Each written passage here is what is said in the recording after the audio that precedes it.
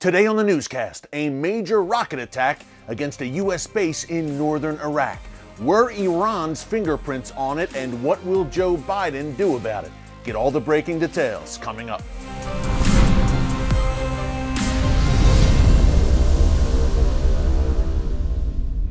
Hey folks, Erick Stakelbeck here. Welcome to the Watchman Newscast.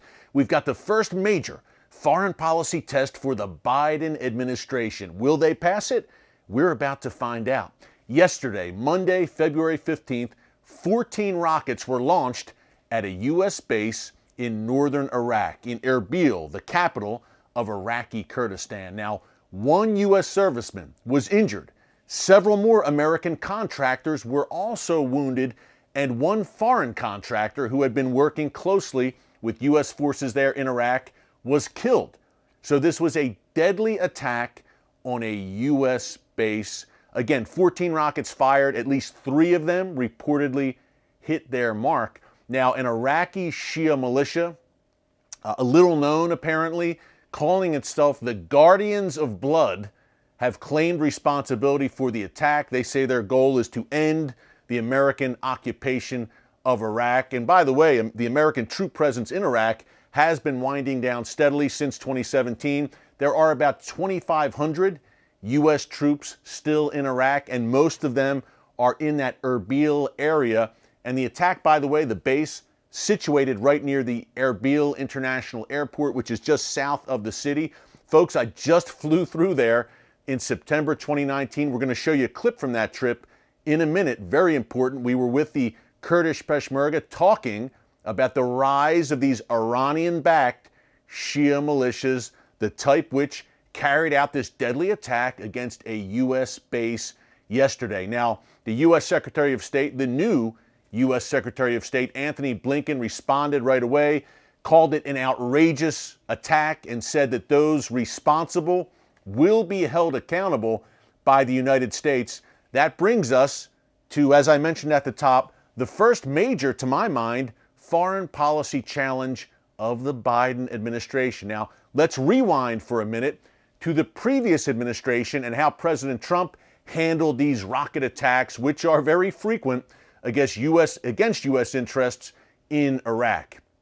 Last December 2019, there was a deadly attack in which a U.S. contractor in Iraq was killed by one of these rocket attacks. Now, that was in Baghdad. Most of these attacks have come actually in and around the U.S. Embassy in Baghdad, Iraq. That's why yesterday's attack was very interesting, folks, and troubling to me, because Kurdistan is kind of like an island in a way, and Erbil has not been targeted on a frequent basis, but all of a sudden, pretty bold of the Iranian regime to order one of its proxies to strike at Erbil.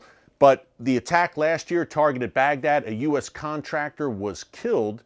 President Trump right away said zero tolerance for this. He carried out major airstrikes against Kataib Hezbollah, which is the Iraqi Shia group which was behind these rocket attacks in December 2019. Iranian-backed, surprise, surprise, an Iranian proxy. President Trump responded forcefully. Several of these Kataib Hezbollah fighters were killed. And then we learned in early January 2020 that more of these attacks against U.S. troops in Iraq were in the works, courtesy of Iran's terror kingpin, Qasem Soleimani, the architect of their terror strategy in Iraq and around the world, really. So, before that had a chance to come to fruition, President Trump ordered an airstrike which took out Qasem Soleimani and a leader of Kataib Hezbollah on January 3rd, 2020, which obviously rocked the Middle East, and the repercussions of that are still being felt today. But talk about message sent and a zero tolerance policy for these rocket attacks that kill Americans in Iraq. To take out Qasem Soleimani, who is arguably the second most powerful man in Iran, sent quite the message. But Iran, for a time, they were reeling after the death of Soleimani in January 2020. It was relative silence for a while. Then again, March 2020, another rocket attack killed a U.S. soldier, a U.S. contractor, and a British citizen in Iraq. Another one of these rocket attacks. And President Trump again responded forcefully with airstrikes right away. More on the Biden administration's response in a minute, but first, I want to take you to Iraqi Kurdistan. I was in Erbil, amazing trip in September 2019, filming for the Watchman TV show. I love the Kurdish people, loyal allies of the United States, pro-America, pro-Israel. Imagine that in the heart of the Muslim Middle East. The Kurds, again, have been staunch allies. I was with the Kurdish Peshmerga and joined them right outside of Mosul, which was at one time one of the crown jewels of that ISIS caliphate.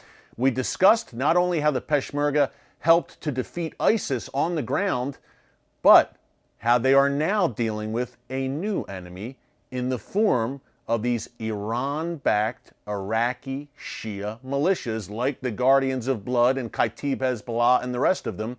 It's one thing, folks, to hear me say it, but to hear a Kurdish Peshmerga general who's literally on the front lines of the fight against these Iranian-backed forces, that adds a whole other dimension. So first we talked a bit about how the Peshmerga helped to defeat ISIS, and to sit there, wow, what an experience to be there near the gates of Mosul where these battles took place in northern Iraq. And then we shifted to a discussion about these Iran-backed Iraqi Shia militias. Let's take a look. Iraqi Kurdistan.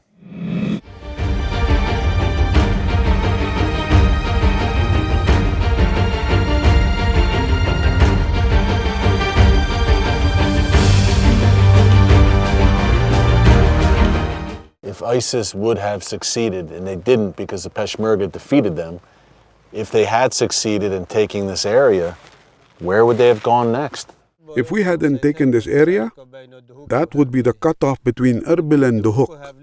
So it would be a real threat and dangerous for us. There was also another point that ISIS was trying to attack, because there is a historic Christian monastery on this mountain. It is 1,600 years old. They were trying to take down this monastery as well. Now ISIS is in shambles, defeated here, but these Iraqi Shia militias. General, if you can, tell us more about the threat posed by these Iranian-sponsored, key point there, Iraqi Shia militias. The front line, you still have the front line. The front line hasn't gone away because you just have a new danger in the form of these Shia militias. There is no difference. The only difference between ISIS and the Shia militia front lines is there is no shootings. Otherwise, we are holding the lines as before. They are now holding the ISIS lines. We were holding the ground until October 16, 2017.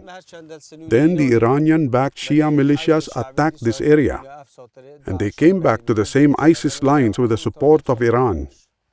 As I mentioned before, these Shia militias formed under the name of Shia militias, but they're the same as Iranian Revolutionary Guards.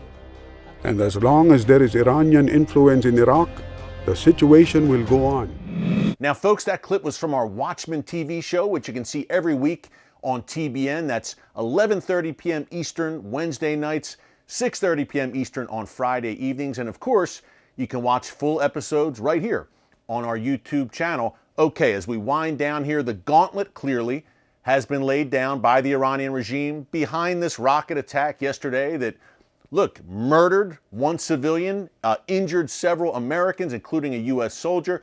Now what does the Biden administration do? It remains to be seen. The promise has been made by Blinken that consequences are in the offing. But what Iran is doing here, folks, is attempting that blackmail strategy, basically saying, we are going to behave badly, we're going to carry out terror attacks, stir things up in the region, threaten U.S. troops in the Middle East, and also enrich uranium to new heights and drive towards a nuclear weapon. We are going to do all of this, America, until you come back to the negotiating table and give us what we want. Give us a sweet deal, a revamped Iran nuclear deal where we get all the perks, all the sanctions relief. Our pockets are filled with billions and billions of dollars that we can use not to build schools and playgrounds and infrastructure in Iran, but to build ballistic missiles and nuclear weapons. That's the game, folks. It is a blackmail situation. Iran is saying, if you don't give us what we want, we're going to behave very badly and make your lives miserable. And unfortunately, Europe and previous U.S. administrations, I'm talking in particular about the Obama administration, took the bait and played the Iranians' game. President Trump did not play the game. I fear that Joe Biden may be willing to once again march to the drummer of the Iranian regime and let them set the tone for how the relationship is going to be. We'll see how they respond to this foreign policy test that emerged yesterday in northern Iraq. Hey, thanks for joining us today here on the Watchman Newscast. Until tomorrow, God bless you. And remember, never hold your peace. Hey everyone, thanks for checking out the Watchman Newscast. If you enjoyed this episode and want to see more, make sure you go ahead and hit the like button, click subscribe, and tap the bell icon to turn on notifications for new Watchman Newscast episodes every weekday.